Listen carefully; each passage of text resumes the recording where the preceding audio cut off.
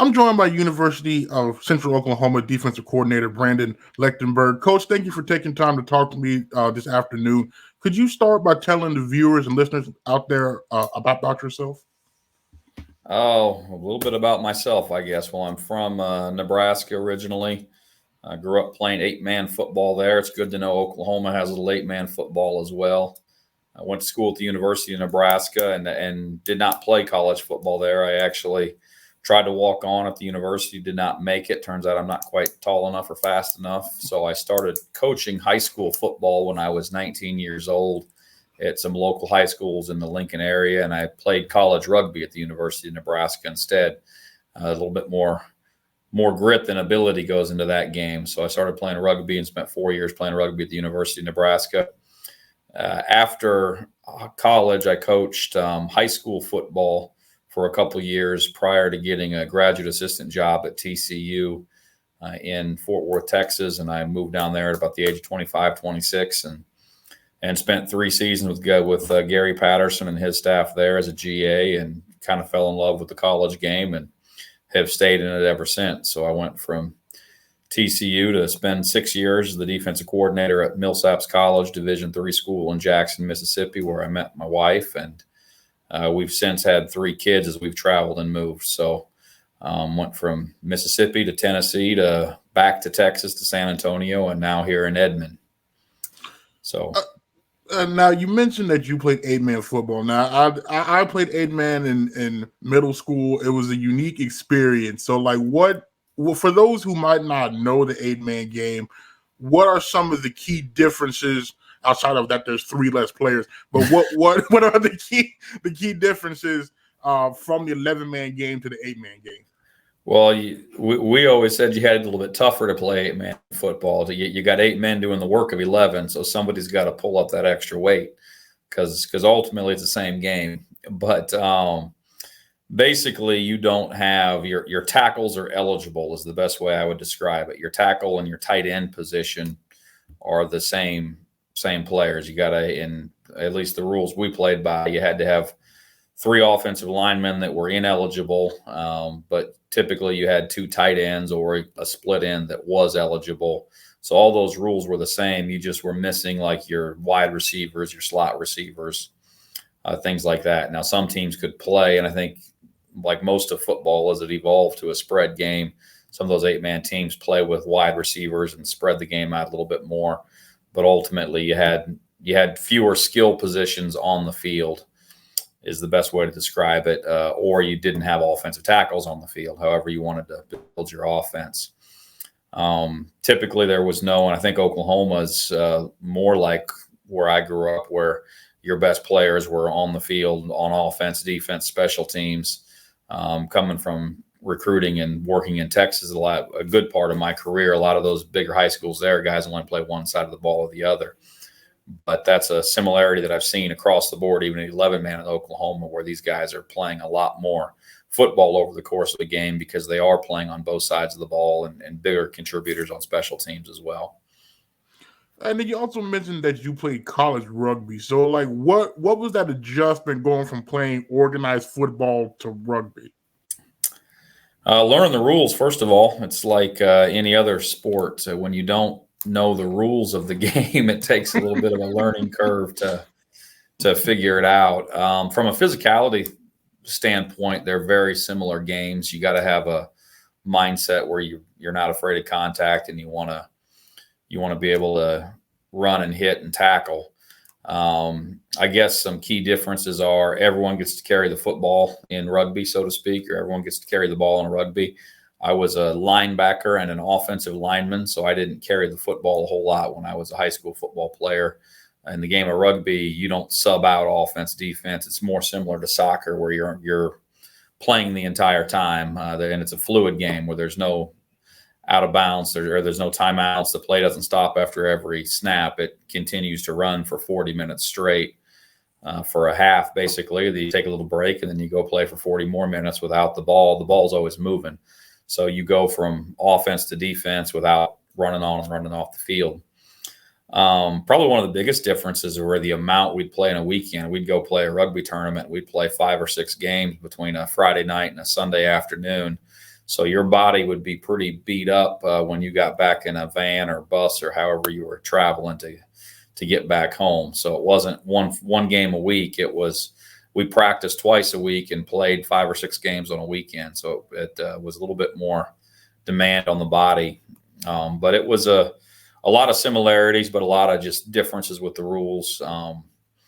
You weren't throwing your shoulder into people, that's kind of been eliminated from the football game as well in recent years. But some of those highlight hits that are now illegal in football were always illegal in rugby. So you had to tackle a little bit different. I guess those are some of the big differences. Yeah, now 5-6 game, like that's a lot of game. Like, how did you? What was the recovery like? Because that's a lot of wear, a lot of wear and tear. It is a lot. No, it was you were sore for the entire season, and it was yeah. So it was definitely rough on the body. Okay, so you mentioned after rugby career was done at 19, you started coaching. So like, at what age did you realize that you wanted to become a football coach? I realized relatively young when I was sitting in Mr. Elwinger's science class or Mr. Pebble's math class, and I was drawing up football plays in my notepad. I think deep down I realized I probably had limited athletic ability. I'm about 5'9" and 5 flat, 5'9" tall, and I ran my best 40 time was about 5 flat. Those measurables don't project to a long playing career, but I was always very passionate about the game and being around the game. And I think I come from a family of teachers, and that's really what coaches are, is we're teaching through the game of football, or we're teaching the game of football. So I think I've always deep down known that was kind of my calling. I guess one of my proud moments is I drew up a play and gave it to our coach my senior year of football, and we ran it in the state championship game, and it scored a touchdown. So I started out drawing 8-man plays, and then as I got into college and going to my college classes, I was drawing up 11-man plays. Those extra 3 guys allowed for a little bit more creativity. And then, so just looking at your coaching career, so from 2005, 2007, you were at North Star High School there as the D-line special teams coach. What was that experience like, kind of having your own unit and your own side of the ball and special teams? What was that like as a first time experience? I was probably like a lot of young coaches when I look back on that, where I thought I was much further advanced at that time than I actually was. So educational, I would say. I learned how much I didn't know about the game of football because I thought I was pretty smart when I took over those roles. But a big part of it was getting to kind of do things on your own, take things you'd learned or studied or thought that might work, and then put them into practice, and then try to build something a little bit from scratch, so to speak, because at that point I didn't have a ton of, I thought I knew a lot about the game of football, but looking back, I didn't know a whole lot about football when I was 23 years old and put in charge of a couple of units at a 6A high school in Nebraska where that was my primary responsibility. So it was educational, to say the least, but a lot of fun too. We ended up taking a startup new high school and made the playoffs in one of those years. So a start of kind of building something new. And then you moved on from there. You became linebackers coach DC at Central High School. So what did you learn from that your first job there to the second one? Were there any major lessons, mistakes that you learned from that first one you were able to avoid when you got to Central City? I'd say down the road is when I started learning to avoid lessons. I probably made the same mistakes at Central City, and I'm a slow learner. It took me a little bit of time to figure it all out, and I still don't have it all figured out. But I would say part of the reason I took that job, it was the opportunity to be in charge of the defense, which is something I've always wanted to do and have always been passionate about. So I was able to take some of the organizational stuff I learned as a special teams coordinator and then put it into practice on the defensive side of the ball, and being able to to, and again, that was a big reason why I took that job, was because I wanted it was a smaller high school, but it was the opportunity to coach the defense and be in charge of the defensive side of the ball. And we took a school that had not had a lot of success, and we made the playoffs in the one season that I was there. So that was exciting to be a part of that. And looking back, we were very basic on defense. And my knowledge has grown a ton since then, but I'd say the same thing about special teams. It was realizing that there's a lot of football I didn't know yet. And that probably came once I went to TCU and started working with Coach Patterson following that experience. All right, now, so, okay, now you mentioned going to TCU, you were a grad student there for 2 years. So what was the biggest, learning curve moving from high school to college? Well, I was put in a situation at TCU where, fortunately, my knowledge didn't make a whole lot of difference on how good we were. My job was to do a bunch of like a lot of GAs. I was doing a bunch of the grunt work. I was doing data entry. I was doing just the basic office work. And then I was learning football as we went. And that time I was there, I felt like, looking back, I was on the right path with how I was coaching defense and coaching both at North Star High School and at Central City High School. But that sped me up a decade, just the time I got to spend learning from people that already knew all the information that I was kind of building towards, with how to organize a defense, how to build fronts and coverages and all those things. But it definitely was a fast forward in my progression in terms of understanding scheme is probably the biggest thing that I learned there. And I don't think, when I talk to high school coaches that have been doing it for a long time, what we were doing at the college level isn't significantly different. I just didn't know at that point in my career. So I would actually say that, in my opinion, I don't think there's a huge difference between the college game and the high school game.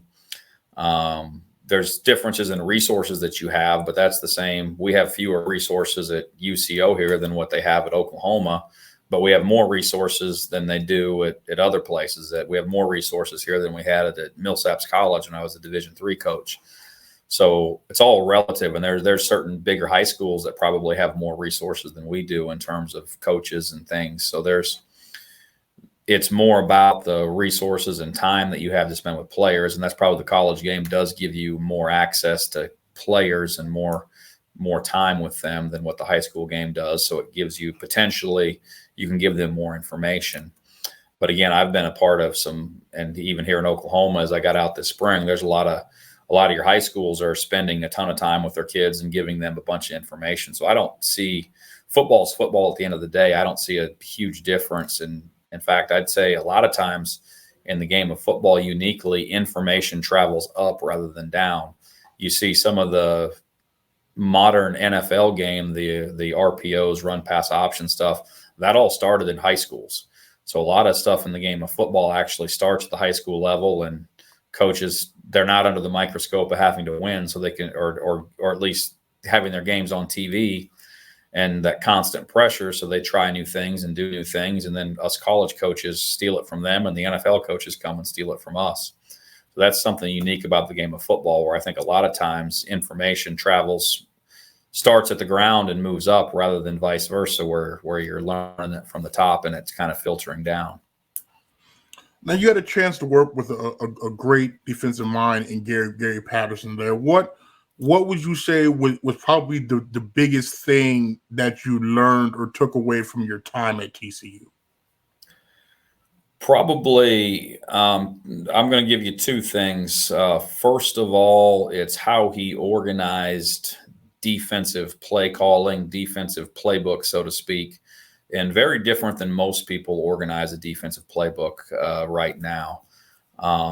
He did it more in line with how an offensive coach would build a playbook and build how they call things, where everything was kind of segmented, where like on offense, they may call power right or power left, whatever language they use to call that.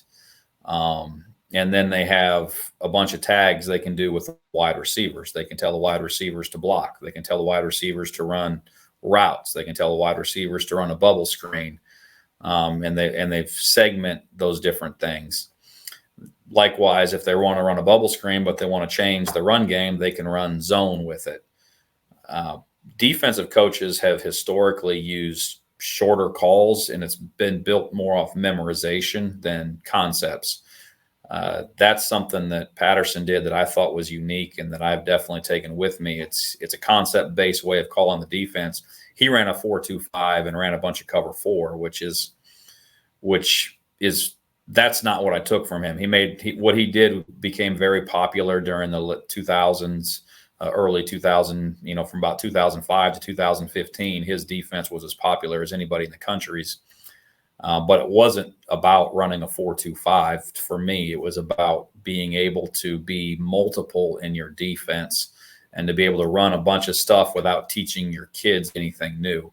That's what I thought he did. And probably the number one thing I took is how do you simplify your system so that it's easy to do a lot of things with your kids, and it's not based off of memorization. That's probably the number one thing, is that the kids didn't have to memorize anything. They had to learn concepts. And once the kids knew concepts, as a coach, it was my job to put those concepts together to where we could 1 week be running a 3-down front and a 3-high shell, and the next week we could be running a 4-down front and a 2-high shell. But you weren't teaching new things to your kids. They were doing the same thing from week 1 to week 2 because they knew the concepts early on during the install period.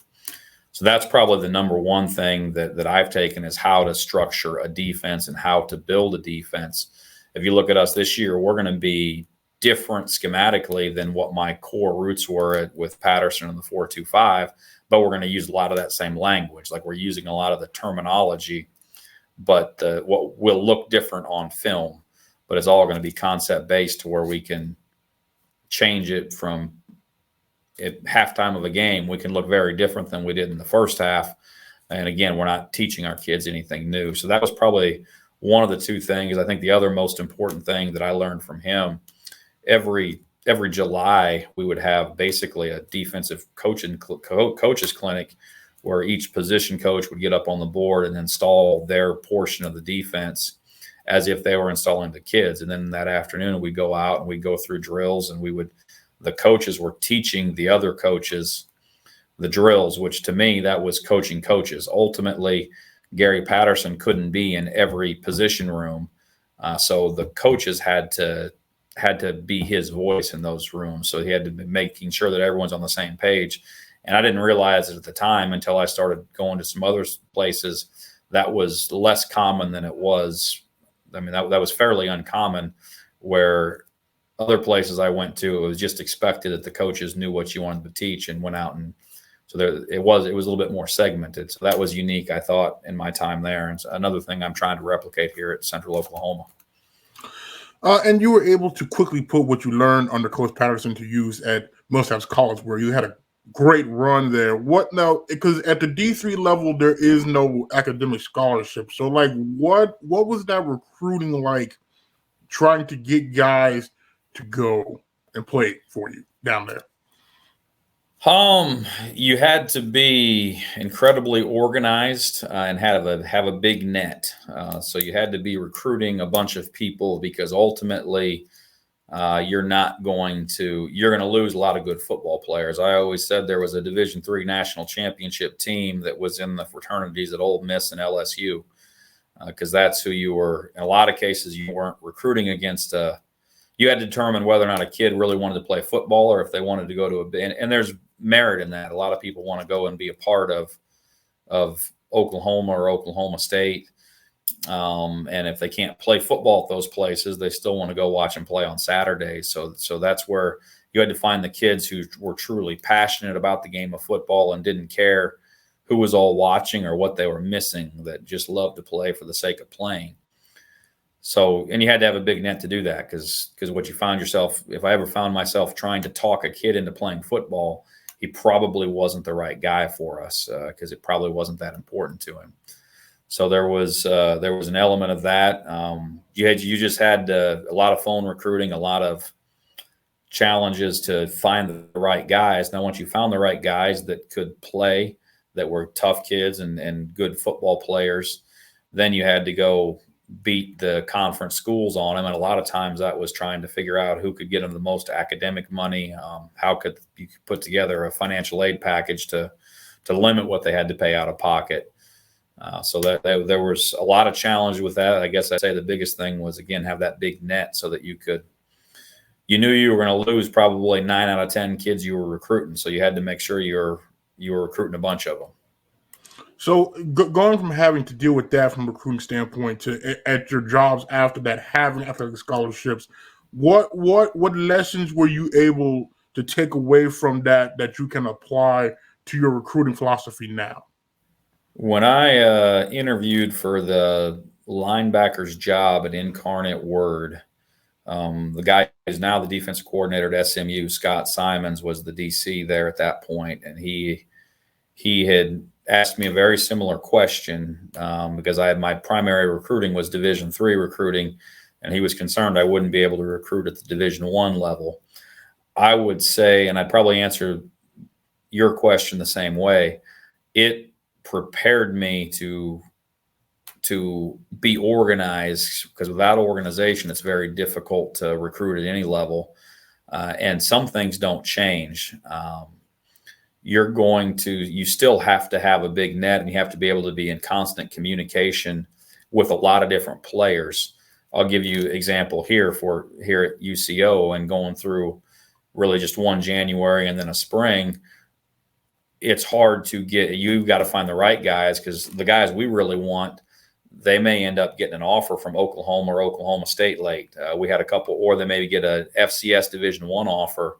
We had a couple of kids that were high on our radar that weren't going to get offered by the big boys, but they picked up in the last week of recruiting a Division I offer from an out-of-state FCS school. And kids will typically go, they will typically go to a higher level. Very rarely does a kid choose whether it's staying home or choose a relationship with a coach. Normally, if they can play Power 5 football, that they don't care if it's Kansas. They're going to Kansas to play Power 5 football if that's what their Power 5 option is. If they can play G5 football, they may go to UTEP or to New Mexico State, but it's still a G5 Division I program, so there's some prestige in that.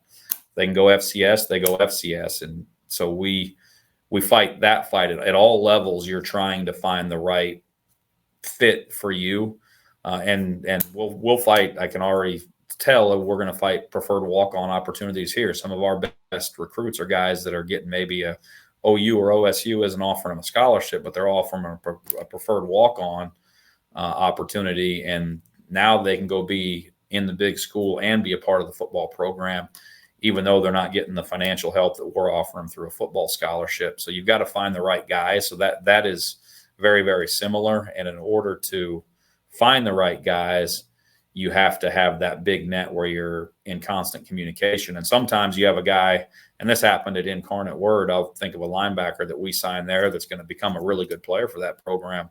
We didn't offer him a scholarship until the last week of recruiting. He had been on our campus 5 times during the course of his senior year at a camp, at a campus tour thing, at a couple of home games. But I had to keep constant, honest communication with him to where when we finally decided he was the guy to invest that money in, that we already had a relationship with him and we had already had that stuff built. And that's a big thing, is that we have to have relationships with players that we may not ever offer a scholarship to, but we have to have that relationship with them to where if we do, we're not starting over. The first time I call you isn't in the middle of January. We're communicating throughout the entire process and trying to be honest with kids to where, hey, they know where they stand with us, whether we've offered them or whether we haven't. They at least know where they stand with us, to where if we do make that decision, then we're not starting from scratch from day one. We already have a lot of the core relationship built up, and now it's a matter of deciding if it's the right fit for them. And you were able to sign a couple of guys that had D1 offers. Cooper Wilcox had a couple of FCS offers. Jalik Lewis had an FCS offer, and then Antonio Jr. Smith had some offers. Just talking to Jalik and Cooper, they mentioned how big the relationship was with you all. So kind of fighting that is that an area where you have to really outdo the other schools, or is that something that you just always prioritize, not necessarily more? I think, well, I mean, I think in order to beat a bigger school, you absolutely have to have a personal relationship with a player. You have got to have a much better relationship to where both the kid and the family feel like, even though we don't have all the bells and whistles as some of those places do, or we're not the same level as what they are, that we're still going to be that kid's best chance to be successful on and off the field. And I think having non-football conversations during the recruiting process, and then once players are here, is important with that. So yeah, I absolutely think that, and that's another thing when you asked about Division III recruiting, what I learned. That's one thing I learned, because you're trying to convince a kid to pay out of pocket to come play football for you. In a lot of cases, I know Millsaps College was a private school that was much more expensive than UCO is. So if kid's not going to get scholarship money to help, why would he come play football for me versus going somewhere that's considerably cheaper for him to get a college degree? So you had to have that relationship to sell, so to speak, both the kid and the families, that this is going to be your best opportunity to really maximize what you can do as a football player, and more importantly, as a man in the classroom and off the field. And then wrapping up your journey to UCO, after Millsaps, you spent a good year at UT Martin, and then you ended up at Incarnate Word. Now, what talk to me about Incarnate Word is you all went from 1-10 to 6-4. So, like, what was the key to that turnaround? I mean, there's a lot that goes into success, whether you're trying to sustain it or whether you're trying to build it for the first time. First of all, we had talent, and that's one thing that I credit the previous coaching staff. We came in and replaced a coaching staff that had struggled to win some games, but they had recruited some talented players. A couple of those guys had been ineligible the year before based on some grades and things like that. So there was talent there. We also went out and added some pretty key pieces that January with our high school recruiting, and then into that summer with some transfer recruiting. So there was ability in the building, and then we were able to find some key pieces of talent to add to it. But more importantly than that was changing the culture of that football program and of that place. That spring, it had the best GPA in the schools in the football program's history was that spring, that first May that we were there. And that wasn't a cumulative GPA because some people had some ground to make up. But in terms of what they did in the classroom that spring, we set a high standard of expectations that was in the weight room, in the classroom, in the football meetings rooms, in your social life, in your family life, kind of across the board. We set a pretty high standard and high expectations for those guys, and not everybody was on board, and those guys left the program, kind of addition by subtraction, I guess you could say. But the guys that were bought in were talented, and then, like I said, we had some talent there, and enough of those guys bought into what we wanted to become, and they were hungry. Part of it is they had been a part of, really, the seniors in that program had only known losing. They hadn't been a part of winning programs.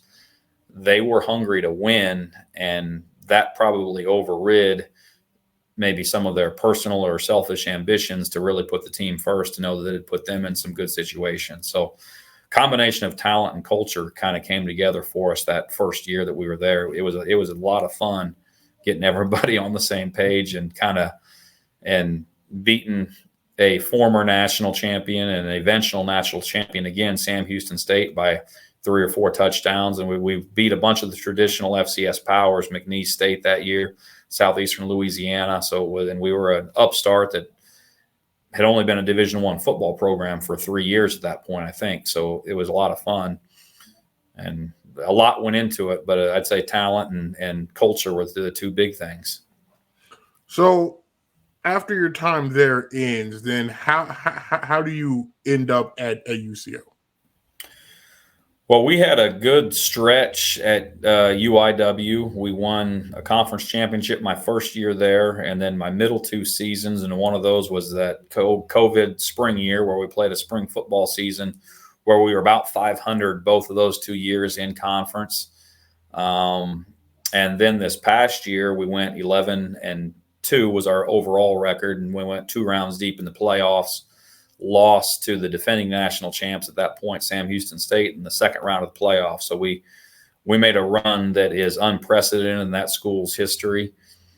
And coming out of that, as we hit kind of the Christmas time and kind of everything, kind of people taking their breaks, Coach Dorrell took the head football job here. He'd been at Abilene Christian, where we had been in the same conference for 2 out of those 4 years. The conference had split up, but we'd been so we'd been familiar with each other. I was special teams coordinator and linebackers coach, and we'd played his teams twice in 4 years, I think. He knew our defensive coordinator, Justin Deason, who I learned a ton from. The guy I worked for at UIW was a former defensive coordinator at Texas A&M Commerce. So Coach Dorrell worked at Northwest Missouri State, and Deason had worked at A&M Commerce, and those were 2 traditional Division II powers, obviously, and they had gone against each other in the playoffs a few times. So there was a familiarity between those 2, as I understand it. I know Coach Deason called me and said, "Hey, I just put in a word for you with Coach Dorrell. He's looking for a defensive coordinator." And then I reached out to him originally, and then we had a couple conversations about it. And part of that was, again, my desire to be a defensive coordinator and to be able to put my name on something a little bit bigger, so to speak, I guess you could say. So it was a great opportunity for me to come here and be a part of rebuilding a culture, really building a culture from scratch. It's also as close. I told you I'm from Nebraska. This is as close as I've lived with my parents since I left for Fort Worth, Texas. 10 years ago. So 9 hours doesn't seem that close, but when I've been living 18 for most of my adult life, so it's a little bit closer to some of my family. There was just a lot of positives about this job. I'll tell you this, UCO provides better facilities and more support than the reality is than the 2 Division I schools I've worked for since leaving TCU in terms of what we can provide for kids and the kind of opportunities we can provide for them. I thought that was really unique to come to a place that had already built the things that other places keep talking about building and keep saying they're going to do. And then to be able to provide our kids with the non-building resources as well. And by that I say, ultimately people are what are going to make the difference for our players here and to get the right players here. But it's nice to have nice facilities. It's nice to have financial backing from some people that are investing into athletics here at UCO.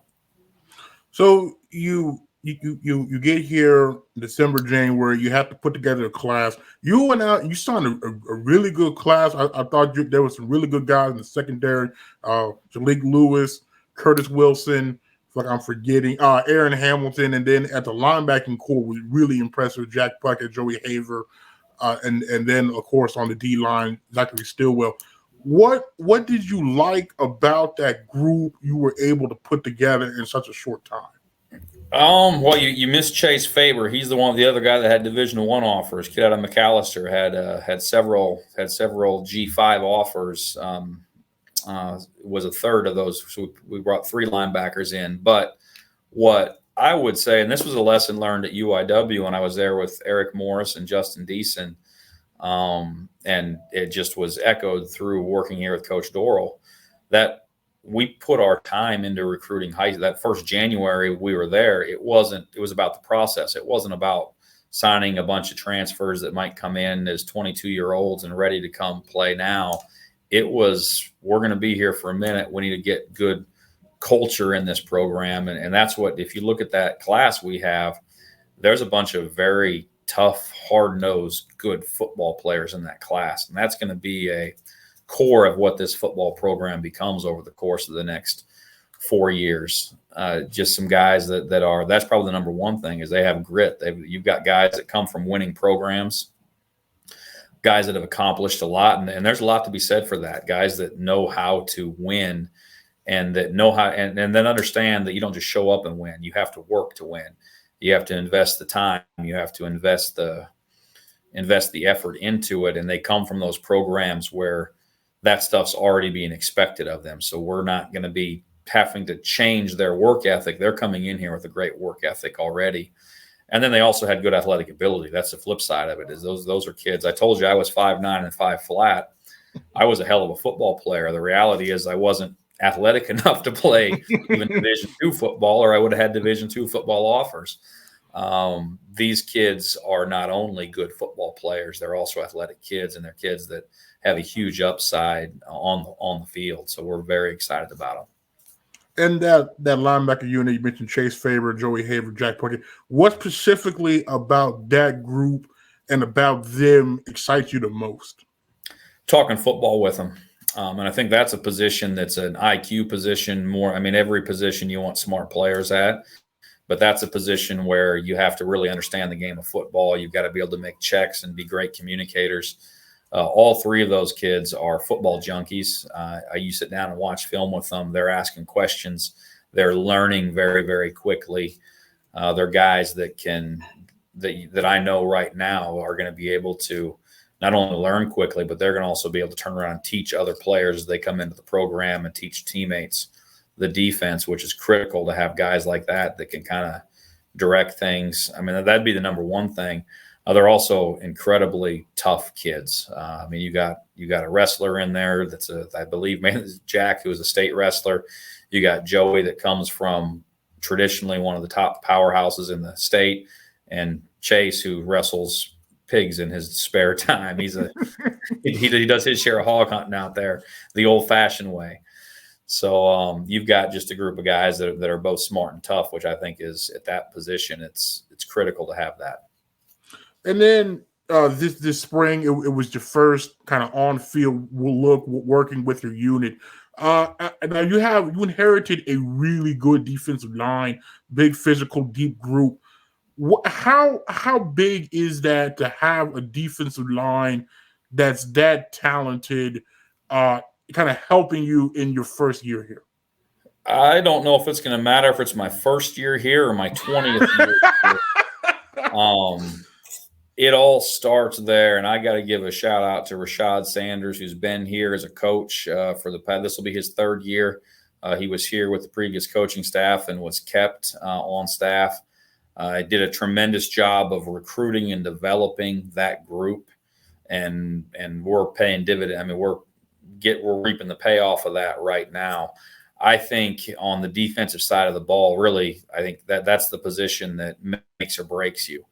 Having good players, and more importantly, having depth, having more than we are legitimately a 3 to 4 deep at that position right now of guys that we could have taken at UIW and guys that would have came in and played there.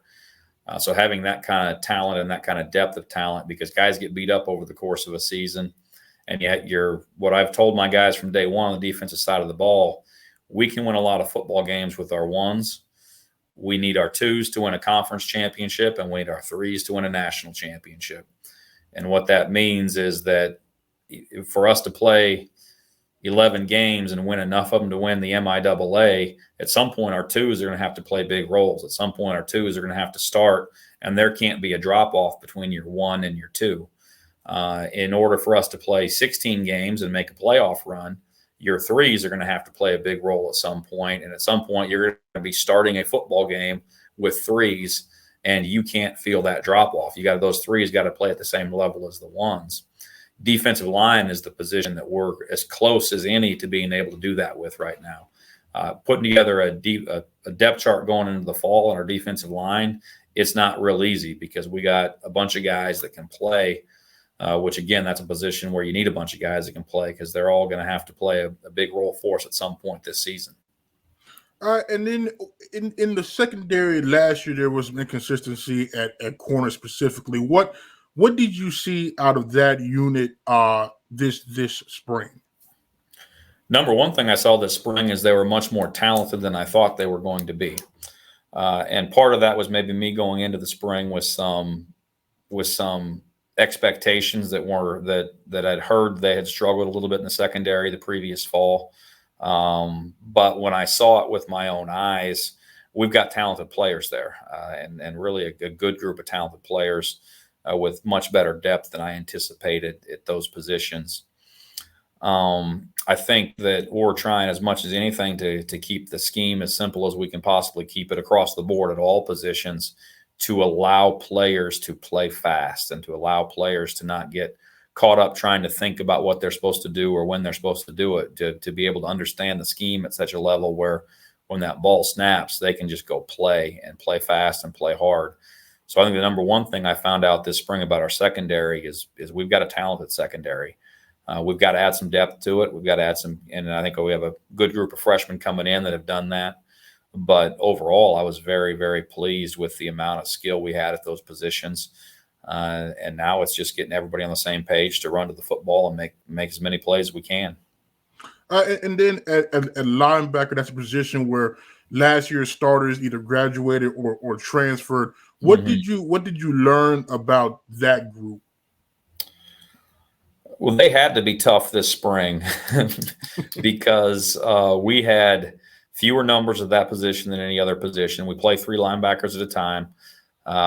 We started the spring down with a couple guys that chose to leave before they really had been around our coaching staff, and then had a couple guys that were key contributors in the past that were injured, coming off knee injuries. Jason Harris, I think, has been a pretty big contributor to this football program, but he's got a knee injury. Had another kid, Jaden Mullins, that had an ACL injury that they're recovering from those injuries, so they weren't able to go during the spring.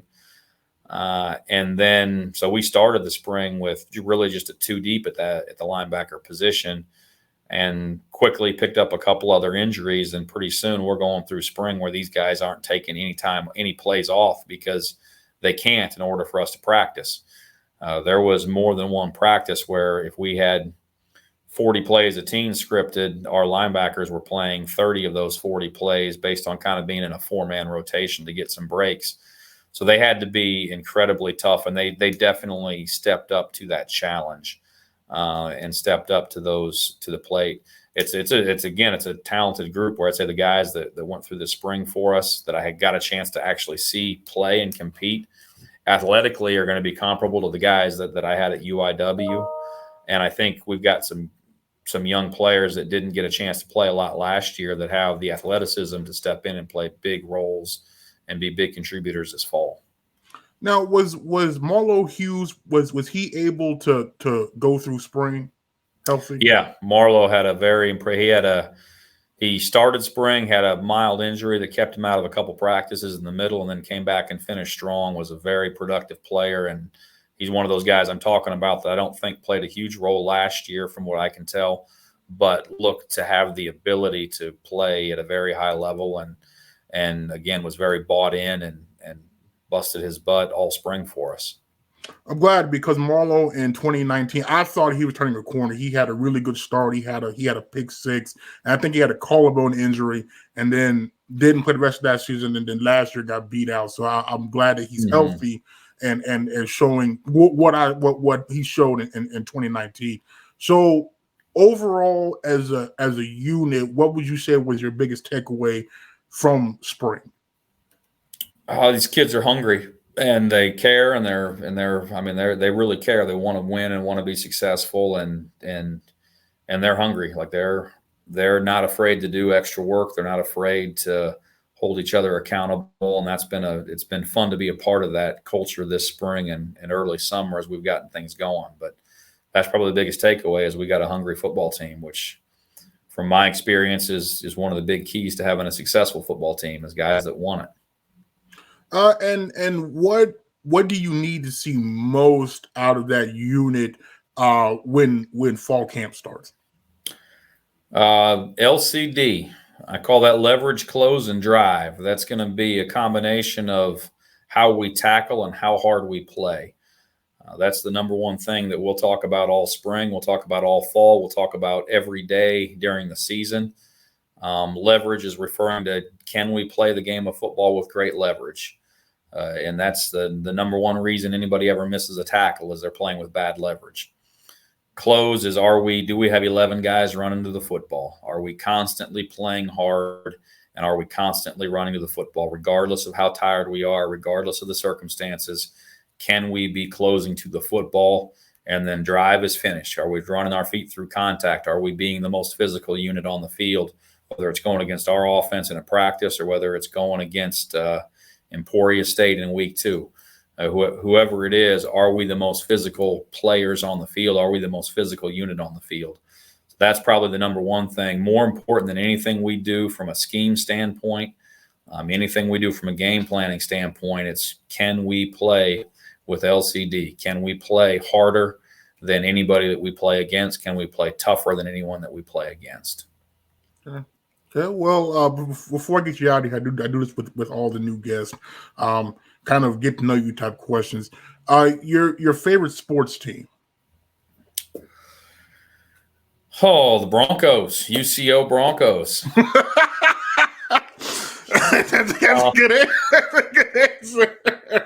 No, I'm only half joking. I grew up obviously having favorite teams, but as I've gotten into the coaching side of things, college coaching, it's hard. I root for friends of mine that coach places anymore as much as anything. I don't necessarily have a loyalty to a team. I'd say the Chicago Cubs are the team that I've probably stayed the most loyal to. I'm also an avid NBA fan. But even in the NBA, the Phoenix Suns were who I loved growing up. Kevin Johnson, Dan Marley, they were trying to knock Jordan and the Bulls out. Never quite got it accomplished. But my brothers, I got 5 brothers, they were all Bulls fans. So I had to go against the Bulls.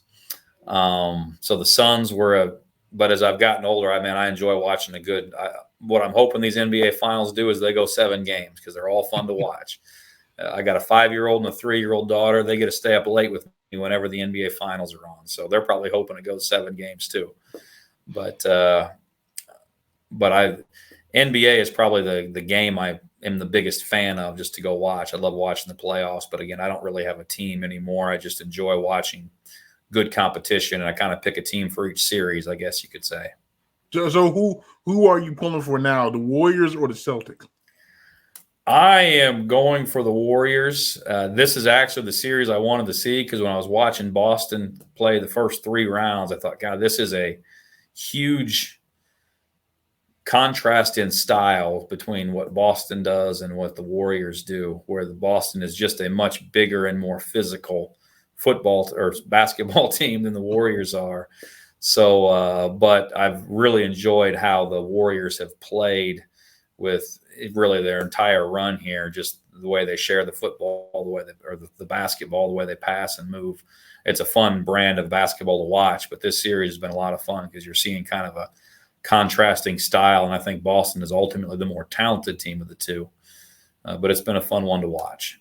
Yeah, very good. I'm also pulling for the Warriors as a Brooklyn Nets fan. I can't pull for Boston. As a Brooklyn Nets fan, Brooklyn Nets fan. It's been a struggle with the expectations you guys have had the last few years and what they're actually putting out on the court. And it's so sad because we went from 41 wins combined in 2 years, and then we signed KD and Kyrie. We're just like, finally, we're out of the dumpster, and then we have the toe on the line fiasco from a couple years ago, and then now it's just but I hope we get it together. I really do. We can't. Yeah. How were you when they signed Harden? Were you one of the guys thinking we can't be beat now, or did you know how it was going to go with Harden? See, I was one that didn't want to do that trade because I felt Karis LeVert, from a longevity standpoint, was someone that we needed to keep, and then we also gave up Jared Allen, which really hurt because it's like, I get we have Claxton, but Claxton also can't stay healthy, and then we have no depth behind him. And then we saw that actually hurt us in that Milwaukee series. And so then we at least was able to get Drummond and Seth Curry out of that Harden deal. But it just, I don't know. It's more so if KD's foot wasn't on that line. It just like that's just still, I feel like it's like one of the one. Yeah. I still don't think that we would have won the championship because it would have solely been KD at that point because Kyrie was out and then Harden only had the one leg essentially. But it's just tough to see, the man play that hard and then they lose. But I don't know. I mean, I got faith in Sean Marks. He has turned it around, so we just gotta hope we can put it together and at least make one run. I hate to see we have that group and the best we get is second round, but I'm just hoping for the best on that front. Let's see. Okay, your favorite food. Favorite food. Does ice cream count as a favorite food? It does. Give me vanilla ice cream with Spanish peanuts and Hershey's chocolate syrup on top, and I'm going to be a happy man. Okay. Okay. Now, do you have a favorite brand of ice cream? No, not really. Mm. I know everybody's coming from Texas. Everybody's Bluebell down there, but I don't. Ice cream's ice cream to me. Let's see. Okay. Your favorite hobby outside of football? Man, I got 3 young kids. I haven't had a hobby in so long. My kids are 1 and 3 and 5. Does being a dad count as a hobby? Because when I go home, that's what I'm dealing with. No, but I like actually mountain biking was something that I have not gotten rid of my mountain bike yet. Although it's been a minute since I've used it. It's something I really enjoyed pre-kid, and I hope to be able to pick it back up as these kids get old enough to where they're not constantly pulling on my wife and I. So I'd say anything outdoor, mountain biking, kayaking, stuff like that is stuff that I've enjoyed doing. And I really like being outside doing outdoor sporting stuff. Okay, now you mentioned you have 3 young kids. So like, what is that balance like? I mean, because you're balancing running a defense, and then you're balancing family. So like, how do you kind of manage that? Be present. If there's any advice I've ever given to young coaches, it's that be present. When I am at the football office or at the football field meeting room, I need to be present and be there for the coaches, there for the players, be with them, and not necessarily bring my home life, frustrations, good, bad, whatever may be going on there, into the football facility. Likewise, when I go home, we had a bad day at practice. Coach Doral got on my butt about something. I can't bring that home with me. I've got to be present when I'm at home. I can't be thinking about all the issues that we have or all the things that we got to get fixed when I'm at home with my kids. I need to be a father and a husband when I'm home with my family. Now, the flip side of that is so much time gets spent in this profession that they can't be separate from each other. If you're ever up here at the offices, you'll see my girls running around. You'll see them hopping in a meeting room. You'll see them running around the football field. My family is always welcome here, and my players are always welcome at my home. So that's going to be kind of a split answer, I guess. But when I'm with my family, they got to be the most important thing. When I'm here with my players, the players got to be the most important thing. And both sides of that, they got to understand they're both always welcome in all of those settings. And you also mentioned family. You're also coaching once again with your brother, who I think was at TCU with you. Yep. What has that experience been like? Kind of reconnecting now, coaching together. It's been awesome in really all ways. The number one way is having 3 kids, and my wife and I have lived away from immediate family for really all of these kids. We haven't had family close by for all. My oldest daughter's Irene. She's 5. We moved from Mississippi, where her family was at, when Irene was a couple months old. So really, we've been parenting without having grandparents or brothers or sisters to help babysit, to help drop kids off and things like that. We live about 1.5 miles apart. So it's been awesome if I need something or if they need something, to have family close by where we can immediately call on to help in that way. So there's just a functional element to it that's really cool. But there's also, I had a very close family growing up. I'm close to all my brothers and sisters, and being able to spend quality time, even though I'm so far away from most of them, being able to have at least one of them that's close by that we can spend some time with has been pretty cool. And then from a coaching standpoint, I don't know. It's fun to be able to do what you love with people that you love. So So it's been a fun experience so far. Now he coaches offense and I coach defense. So I'm sure some Sunday during the fall we'll have it out against each other. but it won't be the first or last time we do that probably. Okay, let's see. Your favorite TV show. Favorite TV show? Boy, I watch a lot of Disney Plus these days.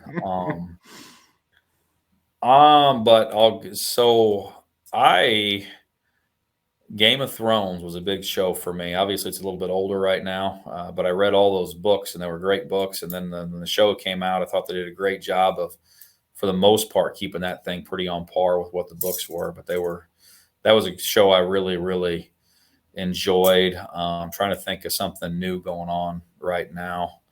I'm kind of into Vikings Valhalla right now. The original Vikings that came out on the History Channel was a pretty good show.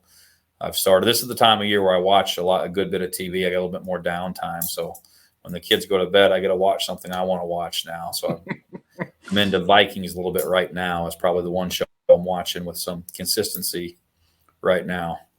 Okay. So your favorite musical artist? Favorite musical artist? Gosh, I don't know. I got a bunch of them that I like. I got an old record player that I listen to.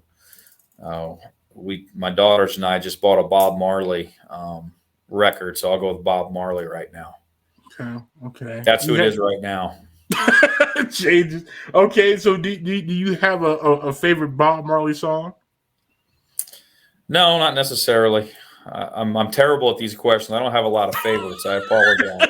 I'm pretty eclectic with my musical listening too. So it's all good. He's got a bunch of good stuff. And then do you have any pregame routines that you normally do? So we'll see if my pregame routines have changed with age and responsibility.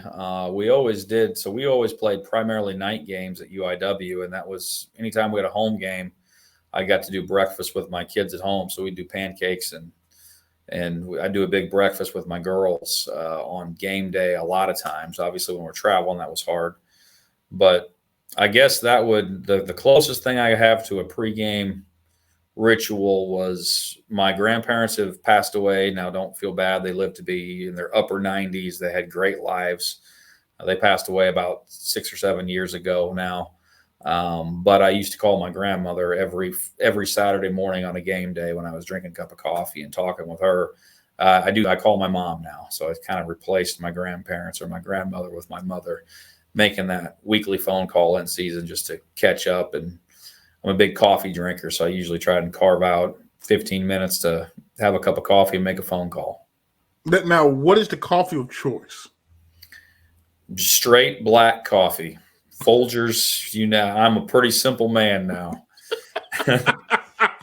Okay, I guess my final question for you would be, do you have a message to maybe those out there that are still on the fence about coming out and giving you all a chance this season?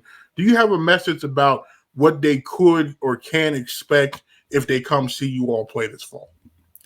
Well, you're going to see high caliber football if you come out and watch us play. And there's a lot of misconceptions. I think when people grow up only going to OU or OSU, they don't think the lower levels have the same talent. I can tell you right now, we got a bunch of players on this football team that are talented enough to play at those places and to play potentially at a higher level than that as well. So you're going to find out that Division II football, especially in the MIAA, which is the premier Division II football league, is not just a bunch of good football players. It's also a bunch of elite athletes that are also good football players. So you're going to see fast and physical, violent football, which is how it's supposed to be played. So I'd say that's the number one thing I'd say is you come out here, don't be surprised when you hear pads cracking and you're like, wow, these guys can move, these guys can run, because it's a high level of football getting played out here in Edmond. And I encourage everyone to come out and check us out and